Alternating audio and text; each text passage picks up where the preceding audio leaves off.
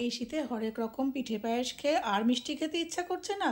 এবার বানিয়ে ফেলুন নোনতা পিঠে এবং গরম গরম সার্ভ করুন, নিজেও খান, অন্যদের খাওয়ান। আমি একটা বলে নিয়ে নিলাম সুজি। আমি যা করছি এই বাটির মাপেই করছি। আপনারা যদি কাপে নেন তাহলে 2 কাপ সুজি হলে 1 কাপ হবে চালের গুঁড়ো। এই হচ্ছে মাপ।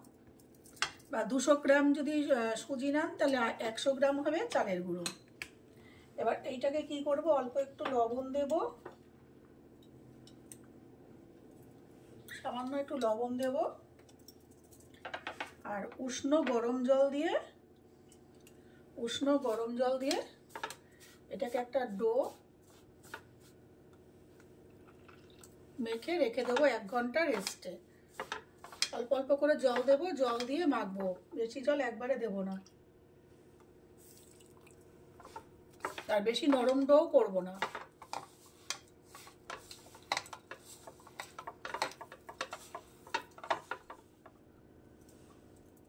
মাখা হয়ে গেছে, এবার এটাকে চাপা দিয়ে আমি রেখে দেবো পুরো রেস্টে 1 ঘন্টা। ততক্ষণে আমরা এর পুরটা তৈরি করে নেব। আমি একটা বাটিতে নিয়ে নিচ্ছি নারকেল কোড়া 1 বাটি। এটা আপনারা আপনাদের পরিমাণ মতো কম বেশি করবেন, কতটা করবেন সেই বুঝে। দিয়ে দিচ্ছি আমচুর পাউডার স্বাদ অনুযায়ী, লবণ,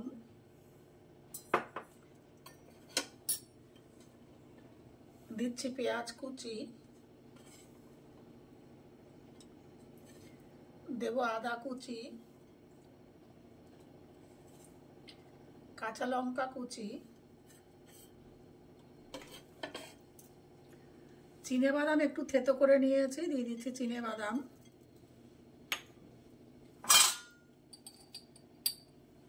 কতগুলো কিশমিশ, দিয়ে দেবো স্বাদ অনুযায়ী চিনি, দিয়ে এটাকে ভালো করে মেখে নেব। আলাদা করে জল দেওয়ার দরকার নেই, যেহেতু পেঁয়াজ আছে, পেঁয়াজের জলটাই এখানে ছাড়বে। মেখে একটা পুরের মতন তৈরি করে নেব। এটা কিন্তু কোনো জাল দেব না, কোনো কড়াইতে দেব না, জাস্ট এটাই মাখতে মাখতে নরম হয়ে যাবে। পেঁয়াজ থেকে জল ছেড়ে এটা নরম হয়ে একটা ডো মতন তৈরি হয়ে যাবে।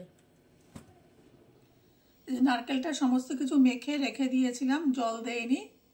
এই যে পেঁয়াজের রসে এরকম হয়ে গেছে, মন্ড মতন তৈরি হয়ে গেছে। সুজি আর চালের গুঁড়োটাও আমি মেখে 1 ঘন্টা রেস্টে রেখেছিলাম।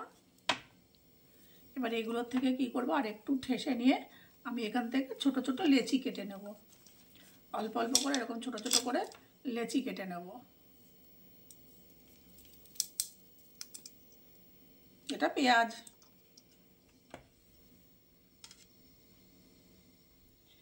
এই লেচিগুলো আমি এরকম একটা গোল বাটির মতন করব। আপনারা এটাকে বেলে নিয়েও করতে পারেন।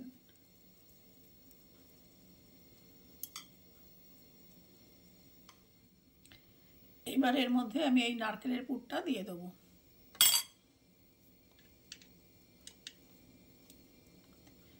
দিয়ে বন্ধ করে দেবো।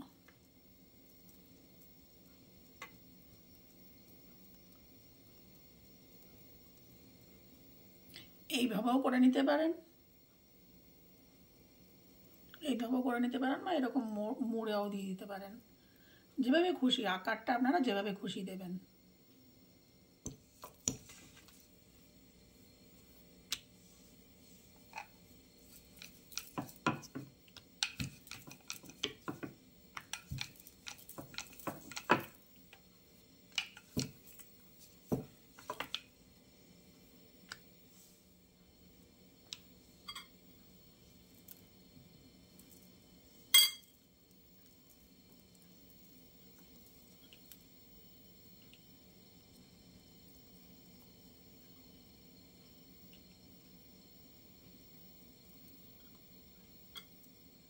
সমস্ত পুলি আমার গড়া হয়ে গেছে। এবার চলে যাব গ্যাসে।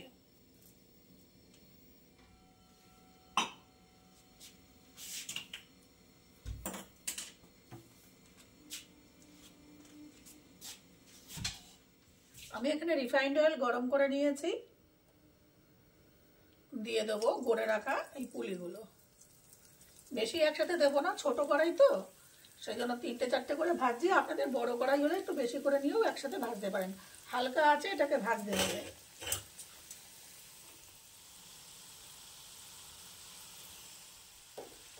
এক পিঠ হালকা ভাজা হয়ে গেছে, এই যে এরকম লাল লাল হয়ে গেছে। আমি উল্টে দেব, আস্তে আস্তে করে উল্টে দেবো। ওই পিঠটাও এরকম হালকা ভাজা হলে আমি তুলে নেব। 2 পিঠ ভালো করে ভাজা হয়ে গেছে, এবার এটাকে আমি তুলে নেবো। যে দেখাচ্ছি 2 পিঠই ভালো করে ভাজা হয়ে গেছে। এই যে এগুলোকে এবার তুলে নেব।